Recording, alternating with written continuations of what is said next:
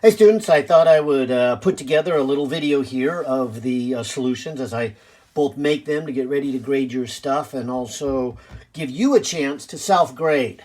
I think that's very useful, especially in an online setting, because I don't really have the chance to kind of write on your test what you didn't do well.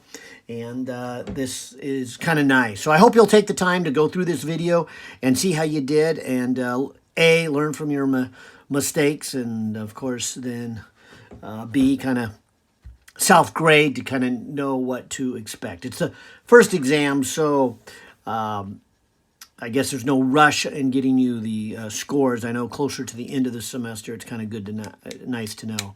Anyways, let me begin here. And so you can see this first one right out of chapter 18 on Coulomb forces. There's a set here. We have 3 charges. They're arranged in a right triangle. They give us the charges of 0 and 1 and 2.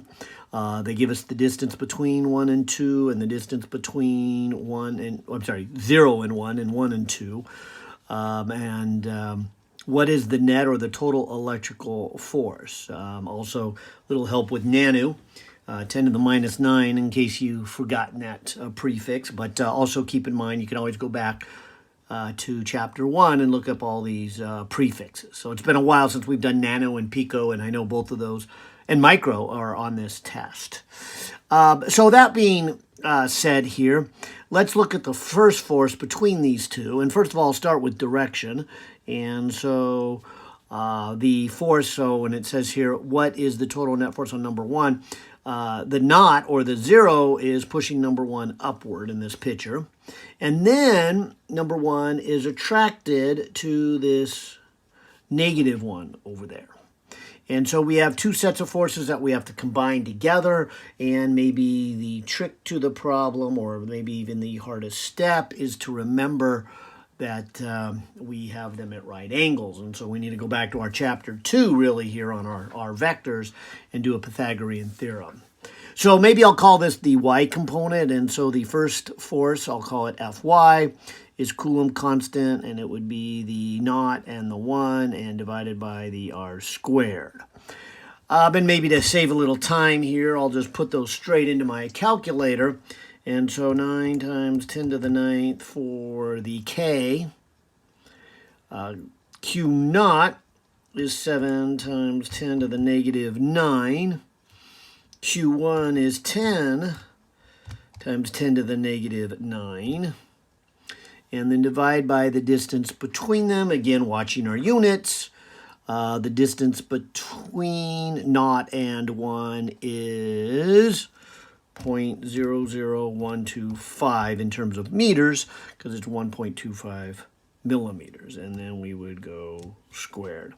So this is 0.403. We're not done. And so I guess we can rule out A here. That's probably what you would put if that's all you did. Hopefully you did more than that. The x component's the same logic, although now it's between 1 and 2 and its distance. And maybe to save a little time, I'll just go re-enter and kind of scroll over. And so there's the 9 times 10 to the 9th. The charge of number 1 is a 10. Looks like I'll have to do an insert and say 10. Oh. And, whoops, I need to go back to insert. I really messed that up. I think I fixed it. All right, so 9 times 10 to the 9th, then 10 times 10 to the minus 9. Then the other charge, number 2, is a negative 12. Let me not worry about the negative, so maybe I should write this as I'm just going to do the absolute value of all my charges to get the absolute value of the force. I already figured out it was attracting towards the negative charge number 2, or the green one here. And then the distance between them, between 1 and 2, is 2.5. So let me write it as 250. All right, so I think I've got all my numbers in right, and that one comes out to be 0.173, which it looks like it's the answer to B. And so if I only did that one, you might pick B. And so now we got to combine them together, which you can see the sum of these two is the third one, and that would be wrong because it's Pythagorean's theorem. So that must give me, by elimination, answer D. But let me just check it out here. 0.403 squared and 0.173 squared equals, and then take the square root of all of that, and we're at 439. And sure enough, there it is. So D would be the correct answer to number 1. All right, let's try number 2.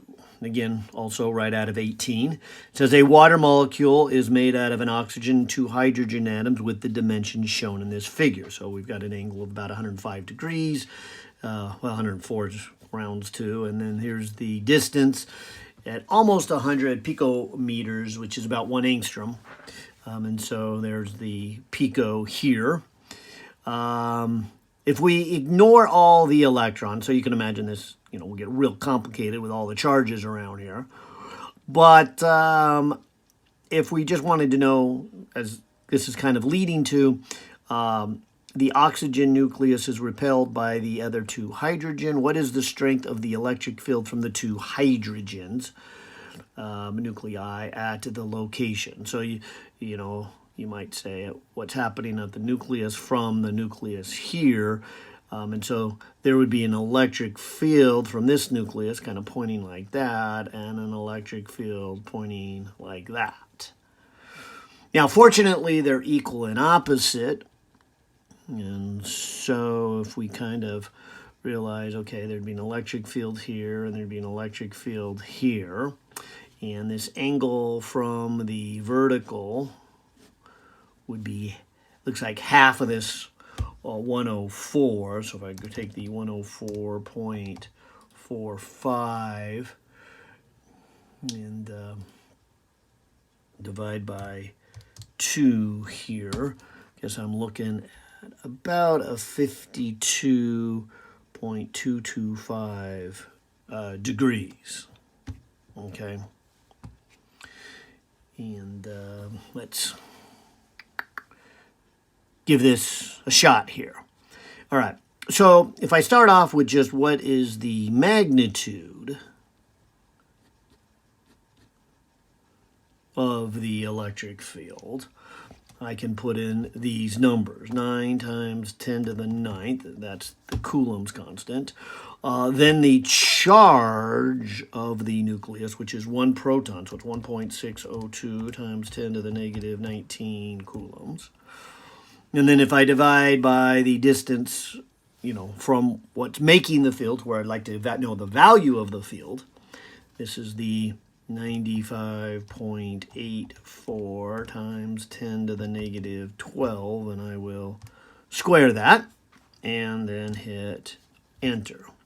So this is 1.57 times 10 to the 11 newtons per coulomb. And that's the electric field that I get just from that 1 proton, which looks like that corresponds with B, but that would not be appropriate because I'm not done, not even close to being done. I have to combine that with the other one. Now, fortunately, I don't have to redo that calculation. It would be the same calculation. And actually, now that I mention it, it kind of looks like if I added those together, wouldn't that be a 3 and a 14? Yeah. So if I just added them, I'd get D. And that's not going to work because I've got components to worry about. So I can rule out D, I suppose. And so if I just did the vertical component, and that's kind of the key to this, going back and to realize this electric field would have an upward vertical component and a left component. The other one would have an upward and a right, and the left-rights would cancel off. So really what I need is the vertical one and then doubled. So I'll call it EY and then double it. So if I take this number and get the cosine, wait a minute. Just remembered that, hang on here. I had done an example for you from the hard book and needed to change it into radians. Let me change it back 2 degrees. Okay. So if I took the strength of the field and multiplied it by adjacent cosine of 52.225, that would be the vertical component of just one of them. And so if I were to double it, I should get this 1.92 times 10 to the 11. So looks like that's the correct answer. So number 2 should be C. All right. And hopefully that went well for you. Those were kind of long ones. Let me keep going. Here it says 2 electrons are very far apart, traveling towards each other. So it sounds like an energy one. This is out of chapter 19. Each is traveling with this speed. Since the electrons repel each other, they're going to slow down and stop moving away from each other. What is the distance of closest approach? So this is saying that the energy before equals energy after. So the before, I might draw an electron moving very fast and an electron moving very fast. And if I add up their energies, there would be a kinetic energy plus an electrical potential energy. But they're so far away, if you remember the equation for the electric potential energy, it's K Q1 times Q2 over R, oops, no, not squared, just R. And so when you multiply them, and I guess in this case 2 negatives will make a positive, but when they're so far apart, we're dividing by a big, big number, and we can essentially say that's 0. So this is just the kinetic energy, 1/2 mv squared, and there's 2 of them. And no potential energy. But then as they get real close to each other, they come to a stop. So there's no kinetic energy, so it is only potential energy. So I can cross out that one and then just use this formula, K Q1 times Q2, and if you'll let me just change to the universal symbol for the charge of an electron, which is E, I'll just put E squared, and then the distance between them. That's the unknown that I'd like to solve for. And I guess the 2 and the 1/2 would cancel off. And moving the R to the other side, you would have K over E squared and M over V squared, and that should be closest approach. So grabbing my calculator, I'd have 9 times 10 to the 9th. Times the charge, 1.602 times 10 to the negative 19 squared. Divide that by the mass of the electron. And also divide it by their speed, which is a 2.55 times 10 to the 5th squared. And it looks like about a 3.90 times 10 to the minus 9 meters. And so I guess that would make A here for the answer to number 3. All right. Now a real hard one here, number 4. Maybe even the hardest one on the exam. Oh, and I didn't give myself room to work. Let me grab a notepad here. But it says, after factoring all of the electrons and all the protons of a water molecule, okay? So we don't have to do that, but then they just tell us the electric field is given by 3.6 times 10 to the minus 20 over R cubed, where E is the electric field measured in newtons per coulomb, and R is the distance measured from the water molecule in meters. So if you had just a positive or negative charge, as you know, the electric field follows a pattern of 1 over R squared.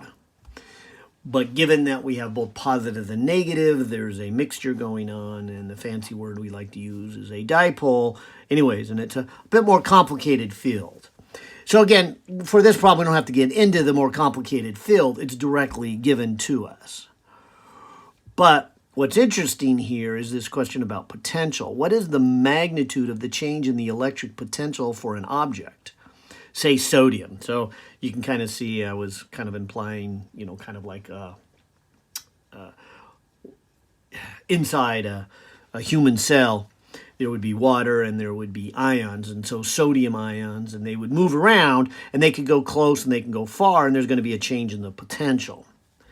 And so we learned that the change in potential was E times the distance, and it can be plus or minus. You'll see that the problem says a magnitude, so let's not talk about whether it's an increase or a decrease. And so I'm not going to worry about the plus or the minus.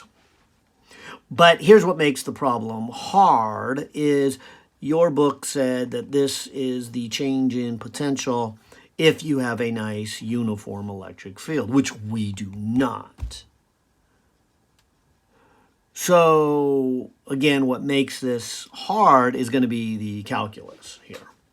The calculus is that what we would say is the total change in potential, you might say, is the sum of a bunch of small changes, so a bunch of little d's.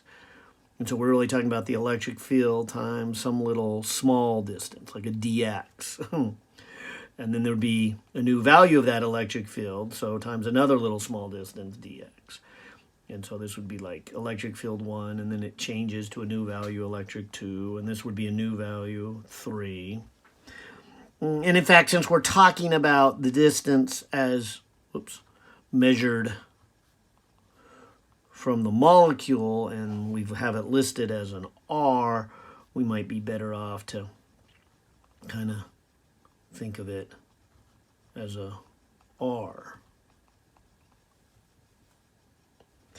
And so what I'm getting at here is what's going to make this problem really, really hard is this then is a summation of a bunch of small steps, and that is the second fundamental theorem of calculus. And so this is where we really need to go to begin this problem. Either doing a bunch of thinking about a constant electric field, or maybe look at the university physics book, the harder one, where they kind of run through all this, and they say it's an integral. And in general, I would say the problems that are hardest are the ones that have some calculus in them. And I think this is the only question on the exam that has calculus in it. But I wanted to show you kind of your thought process if you didn't already see this from the calculus in the university physics book. And so this, like I said, is a tough one. Now, fortunately, the math is pretty easy to do. It's getting here that might be the hard part. So once you get there, I'll just go ahead now and do the mathematics. It does still involve some calculus. And just to make my calculus a little bit easier, I'm going to take the exponent of 3 underneath and move it to the top, so it's a negative 3, and then it's a dr. Because doing our calculus, you probably remember, or at least I hope you do, that you can pull constants in front, and when you do an integral of anything raised to a power, you add 1 and then divide by that new exponent. So you add 1 to the exponent and divide by that new one. And then, of course, there's some limit here, and that would be the distance, and so some initial position to some final position. Now, again, not worrying about this negative since it says magnitude, I'm just going to take the 3.6 and divide by 2 and get 1.8 times 10 to the minus 20. And then this would be a 1 over r squared minus 1 over r squared. Actually, maybe I'll just leave it as r to the negative 2 evaluated from some initial and some final. Make it kind of easy to enter into my calculator.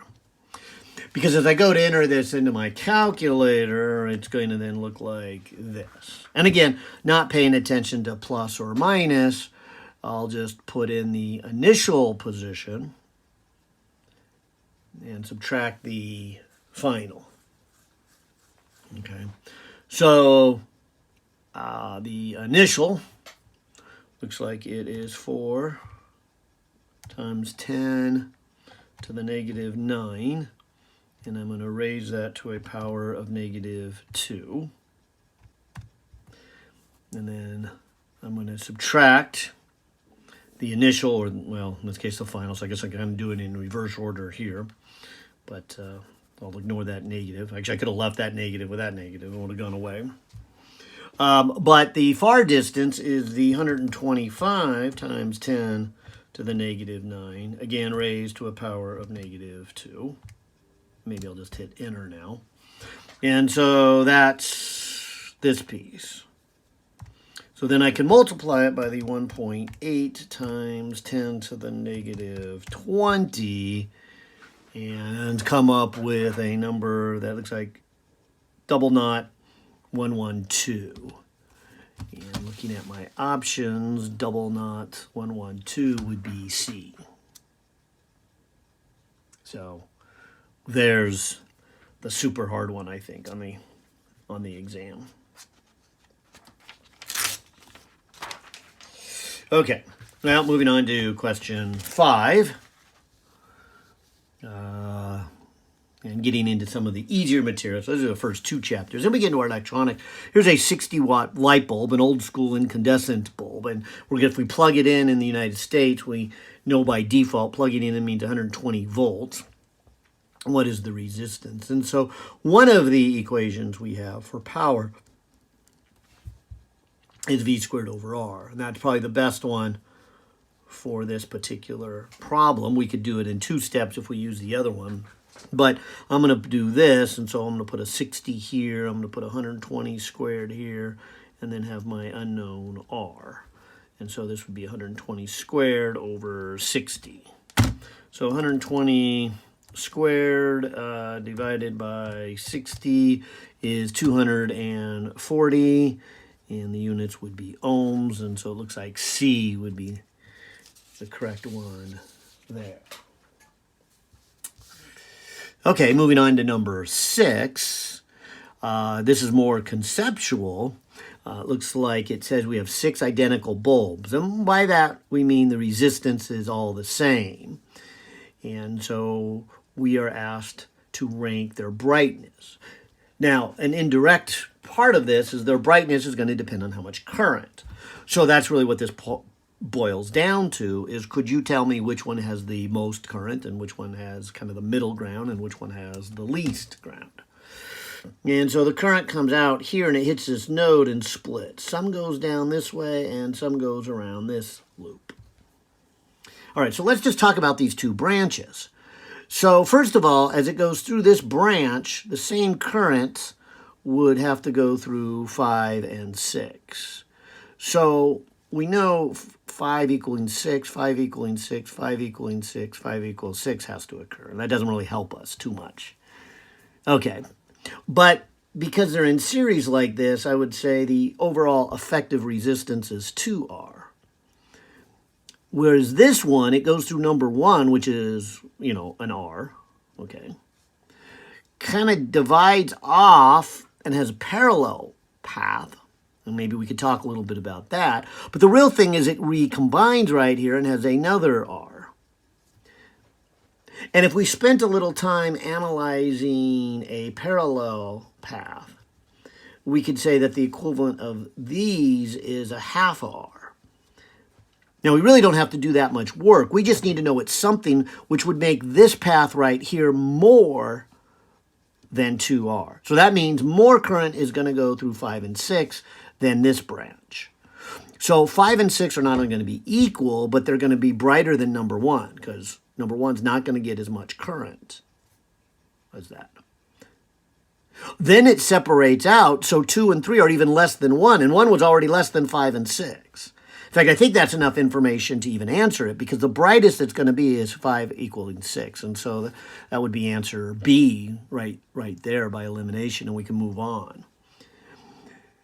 But as long as I'm talking about it, you can see then that what does go into number 1 then splits. So that's why 2 and 3 are going to be less than number 1, but it recombines, and so that means 1 and 4 are going to be equal.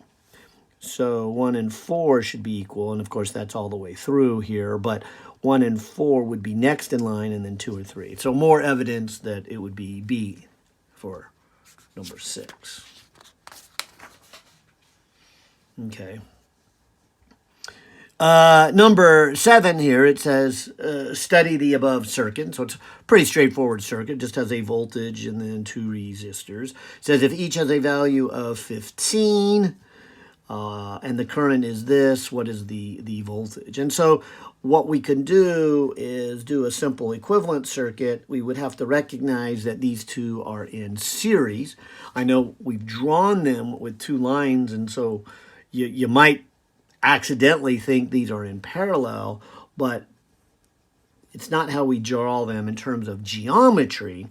It's what we mean by electronics. And so electronics is everything that leaves the first one goes right into the second one. There's no node. So this would be a 2R.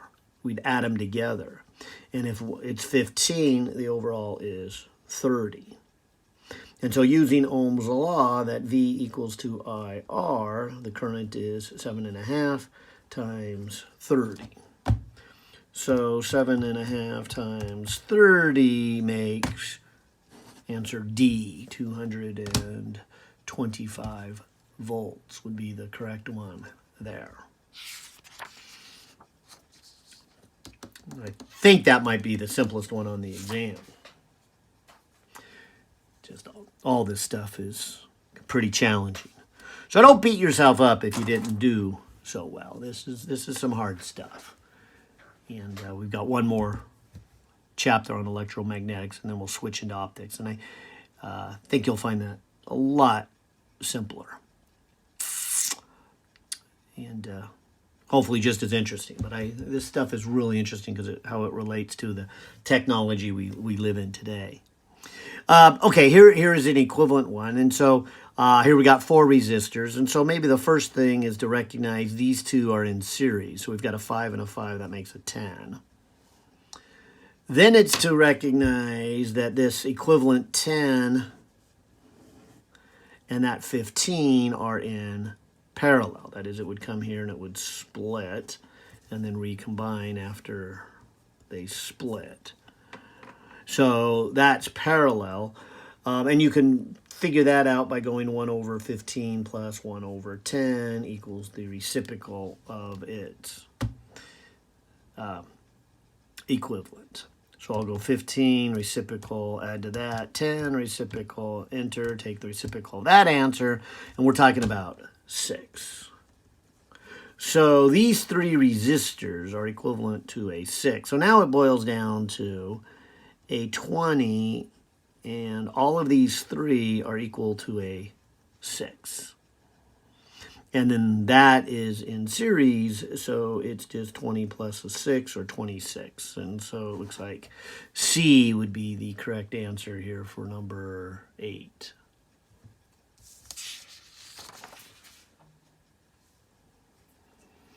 And then finally, I guess it's chapter 22, or magnetism one here. This is that right-hand rule one. If you're looking at the end of a solenoid, and so I'll just draw a little circle here, like I'm looking at the end of it. If you're looking at the end of a solenoid and observe the current going around the solenoid in a counterclockwise direction. So there's our counterclockwise direction for the current. The magnetic field is.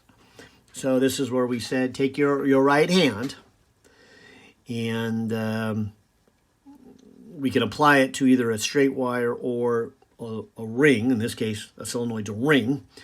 So our fingers are going to be the current, that's a ring, and our thumb is going to give us the direction of the field. So if I align my right hand so it curls around, my thumb is pointing towards the screen here. And as I point towards the screen, that would be, out of my paper or out of the screen, which I guess I can represent, and for whatever reason I like to do magnetic fields in green, but that would be coming out. So I guess B would be the best answer, point out of the solenoid. It's not into it, and the circular stuff, C and D, is just hocus pocus stuff. I don't even know how to answer that one. Hopefully that wasn't on your mind. But this would be the direction of the field. And then finally, the last of the multiple choice. number 10, it says here, if an electron with a speed v is perpendicular to a magnetic field, it experiences a force of F. So this is, a Lorentz force. We call it V cross B. And we won't worry too much about the direction. This is where we can get into right-hand rule number 1. But in terms of the magnitude of the force, it would be the charge times the velocity times the magnetic field times the sine of the angle between the velocity and the field, which they said is perpendicular. So I'm going to put 90 degrees, and that makes it the simplest we can have. Okay. Now, if this makes it go in a circle, and here's where we have to go back to last semester. Although fortunately your author did this a number of times in the book. This would be this mv squared over r, this circular motion stuff. So here one of the v's would cancel off. And so one of the formulas I think you saw was that if you had a moving charge in a magnetic field, it would go in a circle, and the radius would be given by this equation. And so maybe you could have just started the problem right there and opened up your notes or your textbook and say, okay, this is the radius. And so this would say the radius would increase if you increase the mass or the velocity, or decrease if you decrease the mass or the velocity. And these guys in the bottom would be the reciprocal. So an increase in either charge or magnetic field would decrease the radius, and a decrease in either charge or magnetic field would increase the radius. So this one says if the speed is doubled. And so what we're saying is go to 2v. So if you double v, it's in the numerator, you're going to double r. So it looks like it's going to go to 2r. So the answer would be C there. All right. Well, like I said, that's the end of our multiple choice. And some of those were pretty hard. Quite a few of them were pretty hard. The whole topic is pretty hard. And so now let's get to the free response, which are usually the harder ones and the majority of the points. And you see in this one, there's quite a bit of material to do in a short amount of time. So hopefully you were able to get most of it done. You can see that each of these have 2 parts. So in terms of grading, I'll just do 10 points for each part. And the same thing with C has a part A and a part B. And usually one of them's pretty easy and the other one's hard. So that's my way of, kind of giving you an easy one and you get 10 points. And then the hard one, if you miss a few, it doesn't really ding you as much. All right, but let's run through these, and I'll probably need my notepad here. So let's go 11A here. And 11A is the easier of the two, by far, because this is just straight plug and chug out of 18. We can study this figure. We got 2 charges. We're asked to assume that 1 and 2 are equal, and they give us the force and the distance. And so this is just straight up Coulomb's law, which you can write as a capital Q and little q if you want, or 1 and 2 as shown in the diagram. But they're equal anyway, so I'm going to write it as kq squared over r squared. And we are asked to find for the q. So moving the r squared over and moving Coulomb's constant over, we get q squared, and then we'll take the square root of that. So the r is given in the picture as 1 centimeter. We guess we do have to be a little careful with our units. So let me take the r and square it. The force also given in the diagram as 90. Oops, I guess I forgot to put times 90. And then Coulomb's constant, 9 times 10 to the 9th, is going to be the q squared. And so last step, taking the square root is 1 times 10 to the minus 6 coulombs, or just simply 1 microcoulombs.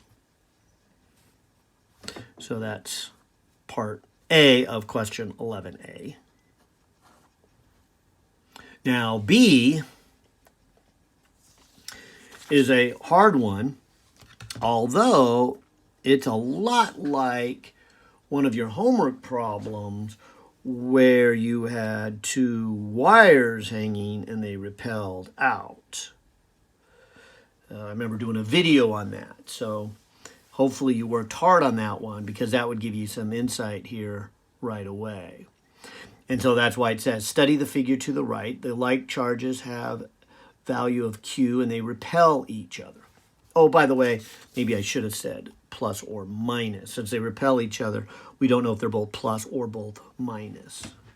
So, but the question just says, what is the magnitude? So you don't have to put plus minus, but I'll point that one out because I think the same thing happens here. The like charges, it doesn't say whether plus or minus, repel each other and they have a certain mass. The force of gravity then pulls them together until equilibrium is met at an angle of 5 degrees as shown, and then they give you L and they find Q.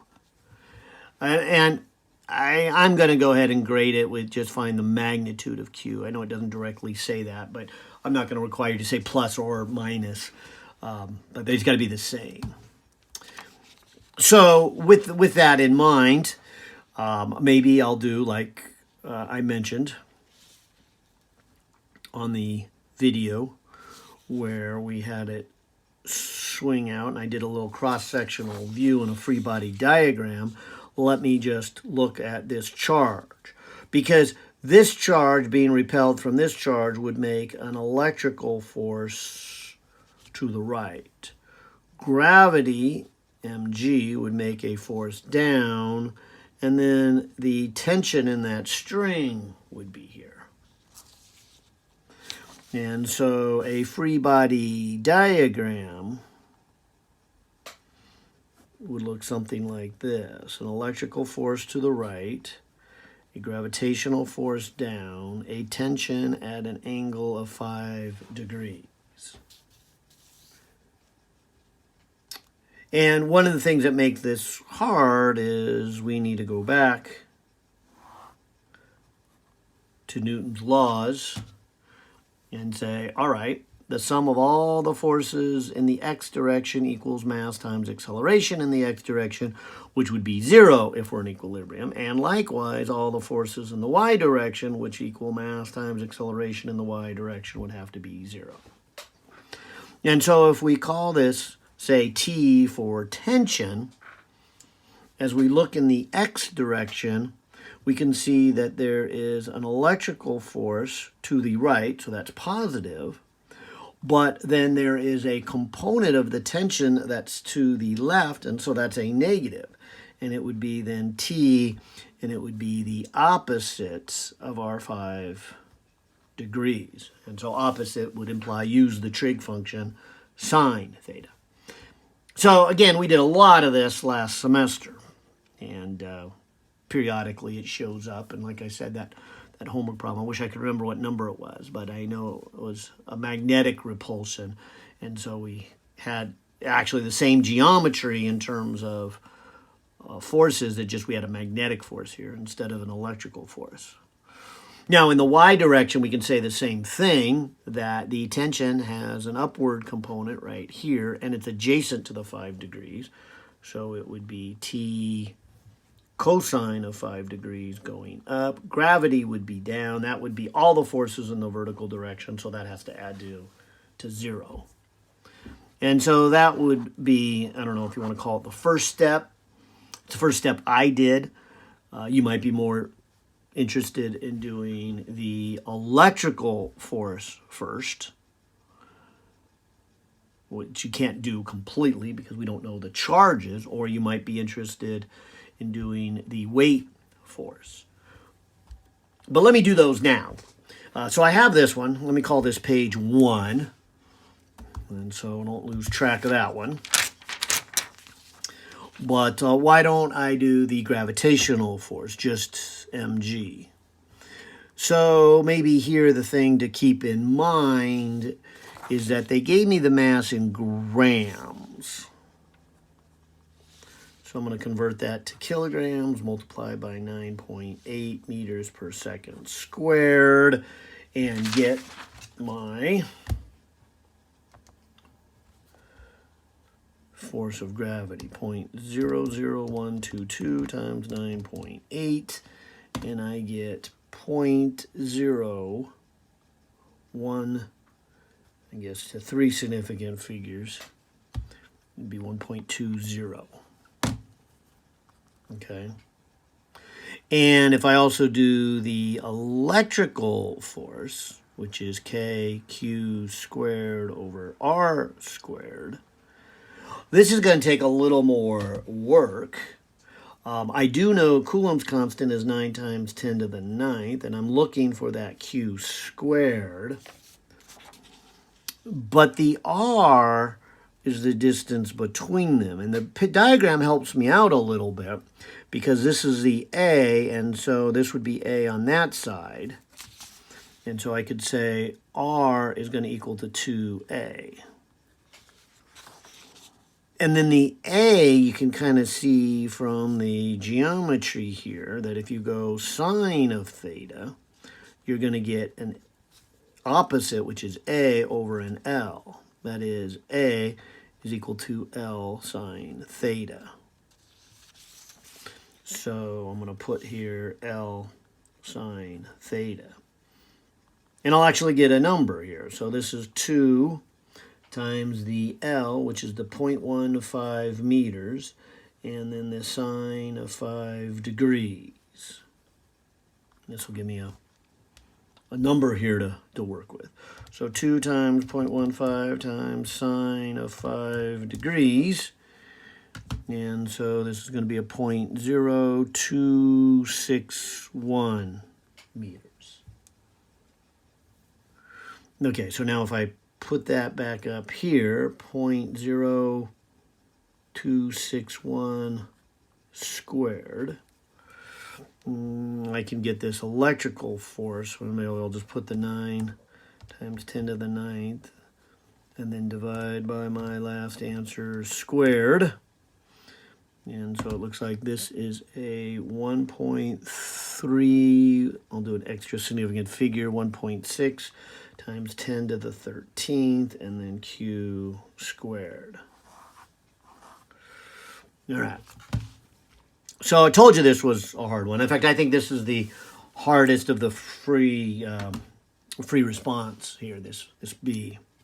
Okay, so to kind of recap of what we have is we've got this relationship, which is really work from last semester.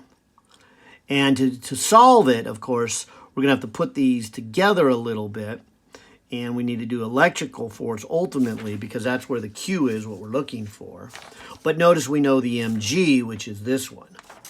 In fact, that's where I'm going to kind of rearrange this. I'm going to say tension equals, and I can move the mg over and then divide by the cosine of 5 degrees. And see, this mg I did earlier, so that's the 0.0120 divided by cosine of 5 degrees. And so I can get the tension. So 0.012 divided by cosine of 5, which is pretty close to 1. And yeah, it didn't really drop it down much.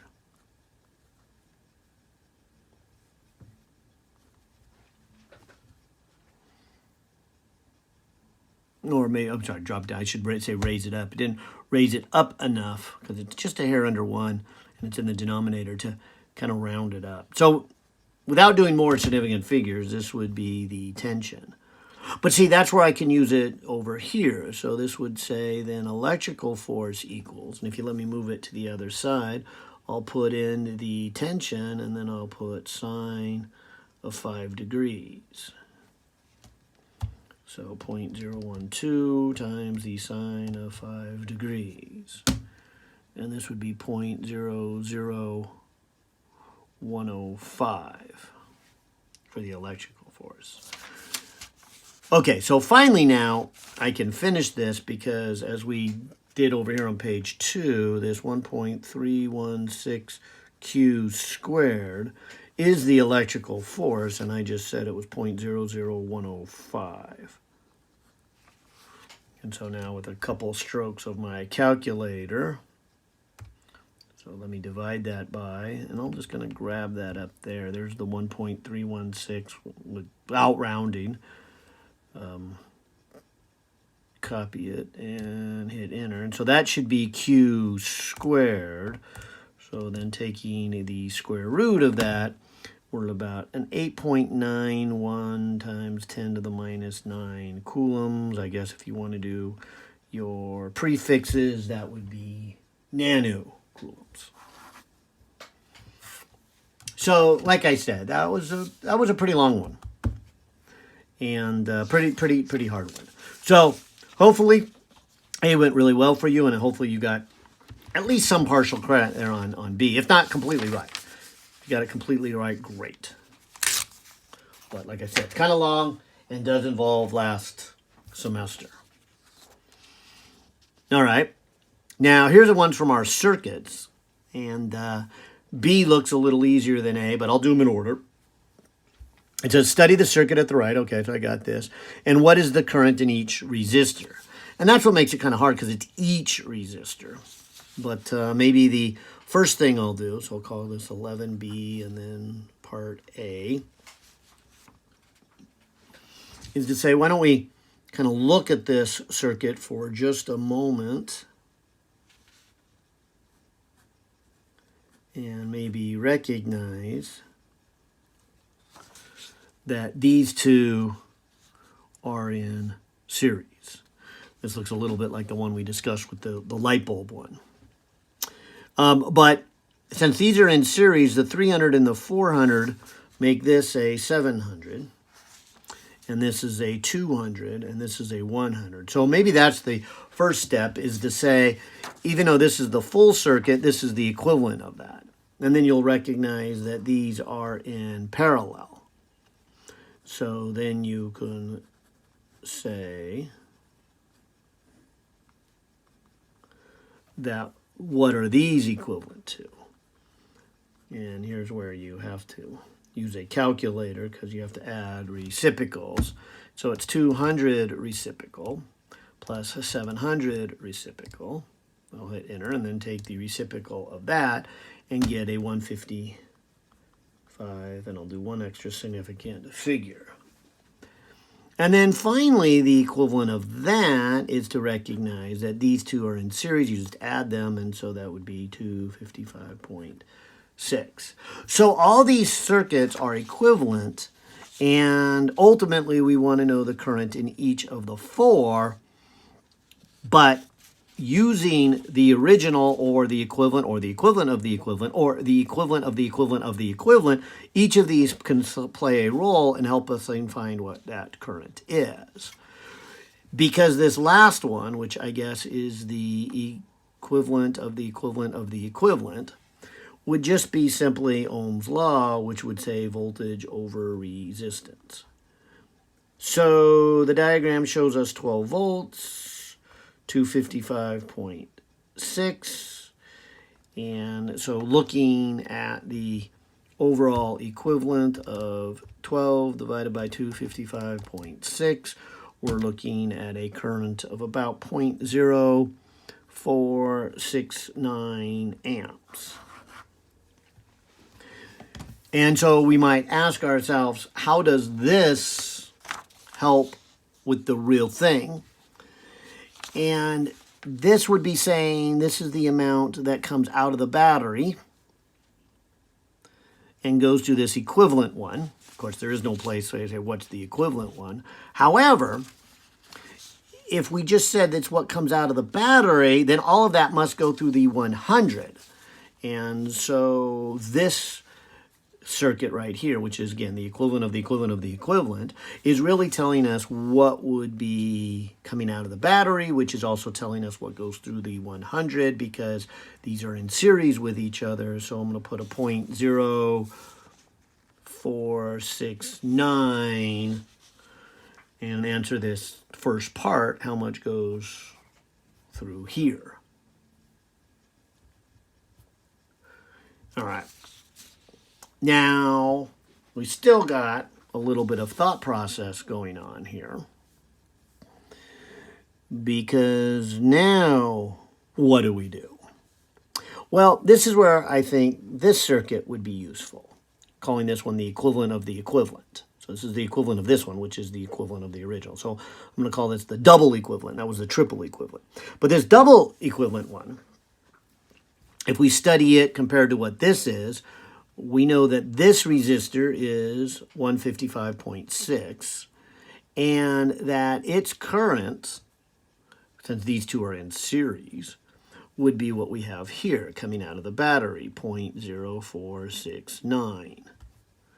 And so it goes through the 100, but then it also goes through this equivalent one of 155. So if we wanted to, we could find out how much voltage is across this equivalent. Now, here's why I care about that one, because I'm going to go in a second look back at this circuit, which is the equivalent circuit, and realize that this one here is the equivalent of these two. These two are in parallel. These two have the same voltage. And that same voltage is the voltage on this. So in other words, if I find the voltage on this one, I actually have the voltage across the 200 one, as well as the 700 one. So that's why I'm going to take this step and say, okay, well, the current is 0.0469, and the resistance is 155.6. So having that current already in my calculator, and 155.6 tells me that this is a 7.3. And that might be the magical step to do this one. Now, there's other ways of getting there too. Let me not show you all the different options, but that's, I think, the easiest one. Because knowing that the voltage is 7.3, I'm going to apply it to this 200 here, because V equals IR. See, the R is 200, and the current is then what I'm looking for, and the voltage is 7.3. So I can figure out how much then is going through here. So I already have the voltage. Let me divide that by 200, and I guess for the 200, we're looking at 0.0365. So I put that in my chart, 0.0365. And now this last step, we got a couple of options. We could actually apply Ohm's law to the 700, so it would look like this, 7.3 equals to the current, and then the 700, and then realize that whatever's going through this 700, as we look back in the original, would be what goes through each of these, and we're done. Another option, which is I think what I'm going to do, is to say, well, I already got what's in the 100, and I got what branched off to the 200, so the difference between those must be what's going through the 700. So this would be the 0.0469 minus the 0.0365. So 0.0469 minus 0.0365, and we're looking at a 104, 0.0104. So 0.0104, and they're in series, so they would have to be the same. Okay. So that's, like I said, I think by far the harder of the two. So there's the answer to the current in each of them. B looks kind of complicated because of this circuit, but if you remember doing the loop ones, I said I'm not going to have you do like all the loops and have three equations, three unknowns. That's a little beyond the math, but this is a test. It's can you write out the Kirchhoff's loop rule for the top loop? And then if you do that, you'll see there's only one unknown, which is V1, and you can solve it.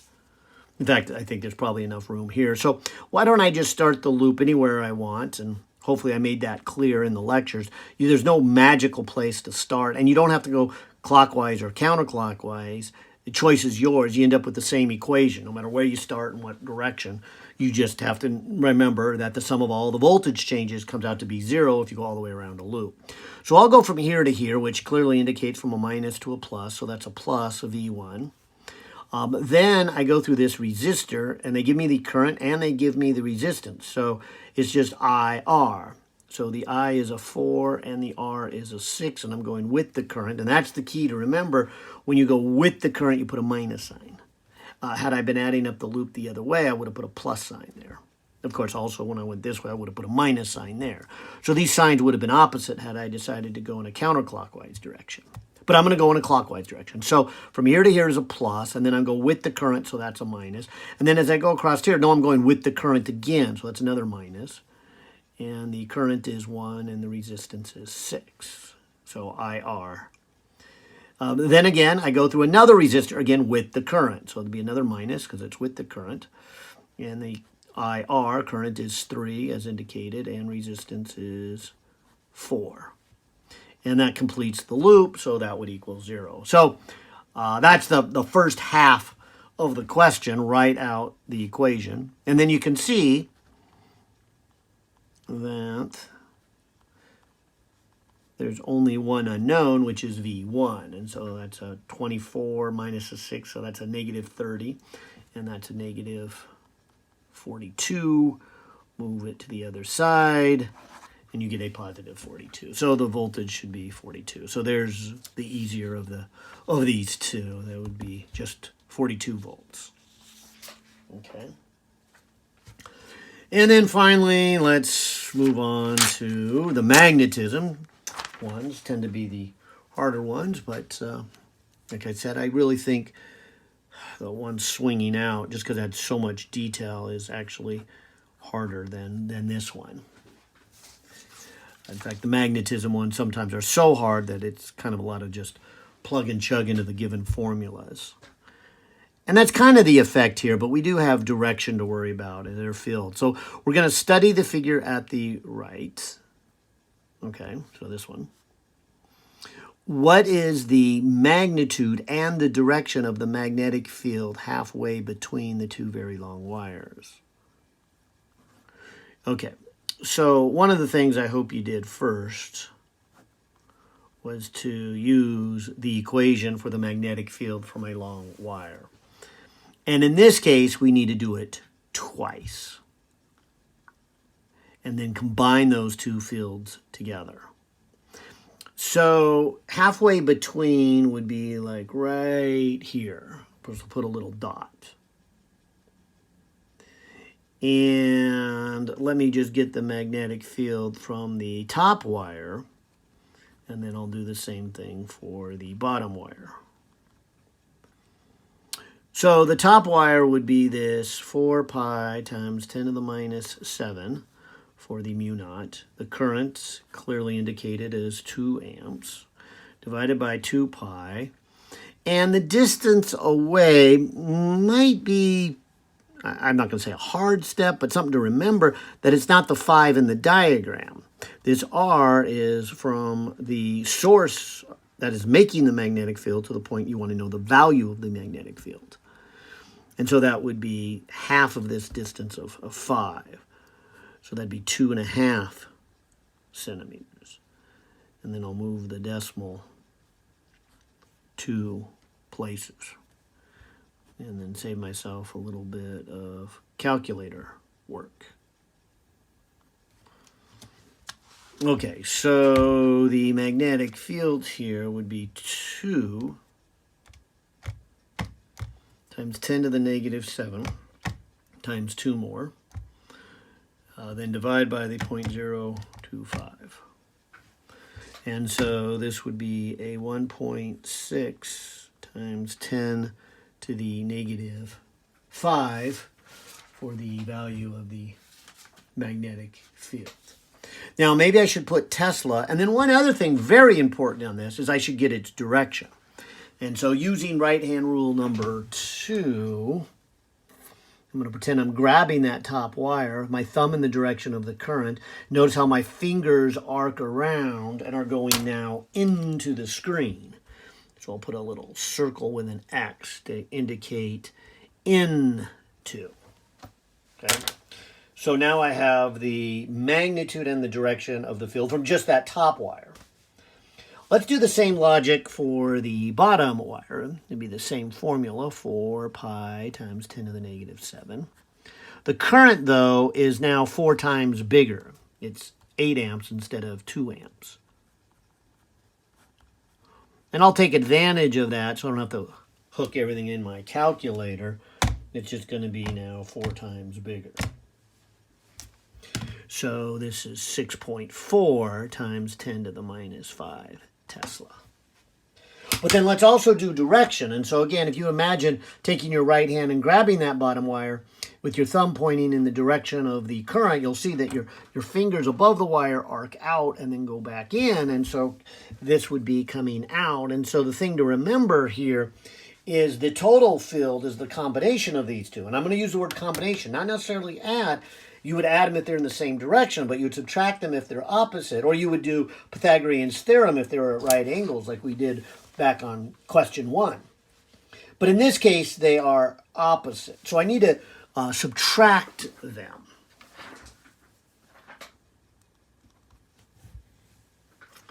And so if I take this first one and subtract this one, so 6.4 minus 1.6, does that make 4.8 times 10 to the minus 5 Tesla coming out? The stronger one. And so there's A. And so, again, a little bit of work with the field. Watch your distance, but it's the same formula from a long straight wire. Now, B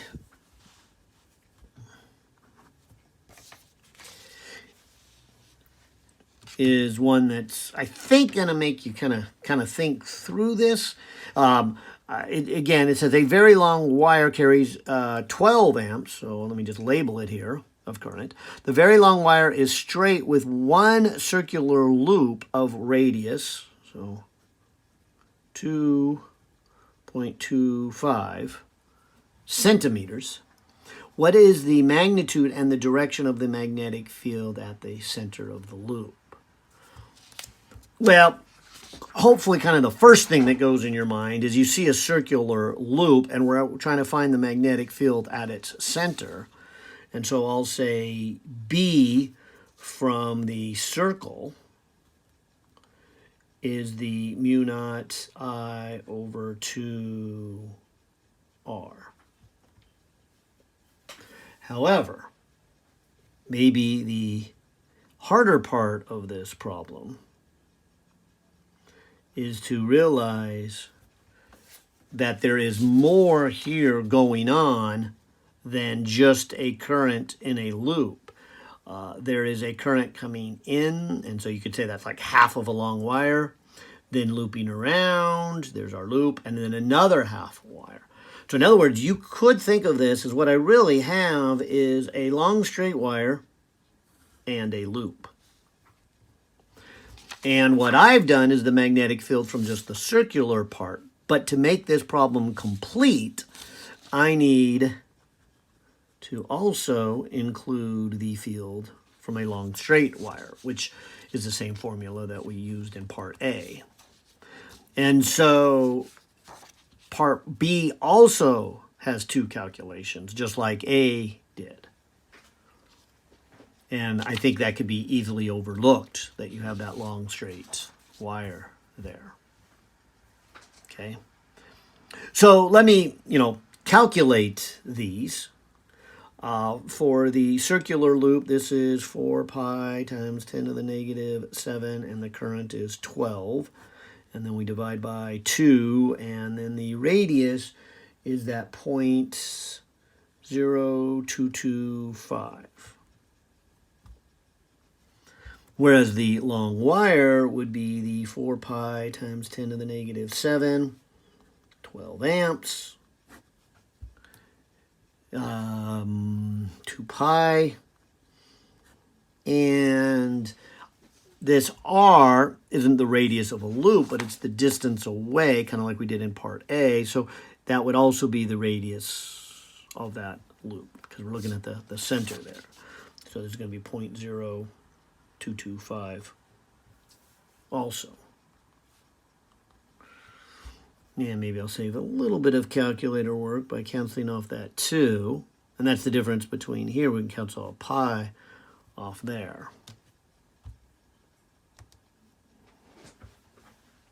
So maybe if I compare these, maybe I should do this bottom one first and then see that the top one is just pi times bigger than that. So I'll do this bottom one, which would be 2 times 10 to the negative 7 times 12. Then I'll divide it by 0.0225. And I'll just put a 107 times 10 to the negative 4 for the magnitude there. And that's in Tesla.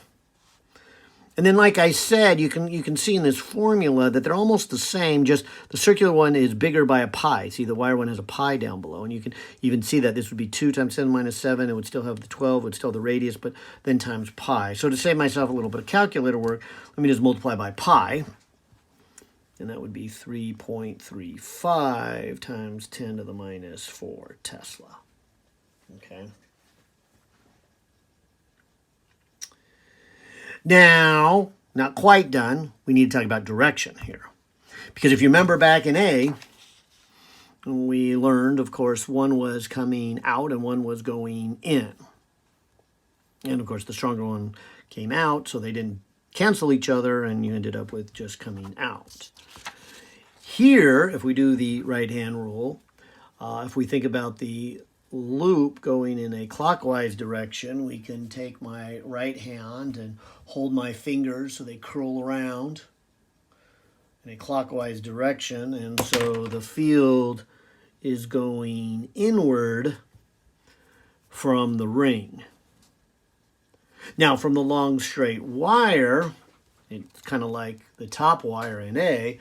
Grab my right hand with my thumb, and so the field above the wire comes out, but below the wire goes in, and that's what we have is below the wire, and that's going in. So they're in the same direction, and so this is an in to the screen and into